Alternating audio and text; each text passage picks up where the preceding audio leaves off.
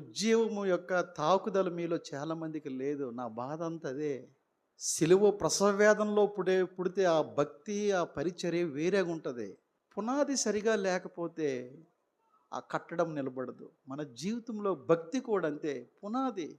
కాబట్టి మనకున్నటువంటి ఆ చిన్న బుర్రని, చిన్న తెలివితేటలు పట్టుకొని ఉప్పొంగిపోకూడదు మనం.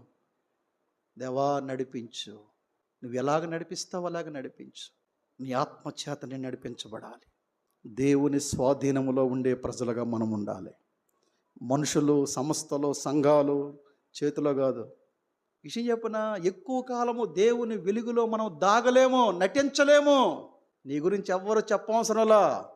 నీవేంటో, ఏ ఆలోచనతో, ఏ తలంపుతో, ఏ ఉద్దేశములతో నీ ఉన్నావో దేవునికి నీ గురించి బాగా తెలుసు.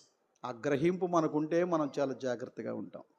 కాబట్టి మనము దేవుని సన్నిధిలో ఆర్భాటం చేసేవారిగా కాదు కానీ ఆత్మీయత కలిగి దీనులుగా, ఆయన హెచ్చవలసి ఉన్నది, నేను తగ్గవలసి ఉన్నది. ప్రభువా నన్ను ఎక్కడికి వెళ్ళినా సరే నేనేమని ప్రార్థన చేసి వాక్యం, ప్రభువా నీ సేవకుడి మాటను బట్టి నేను అక్కడ నిలబడి ఉన్నాను.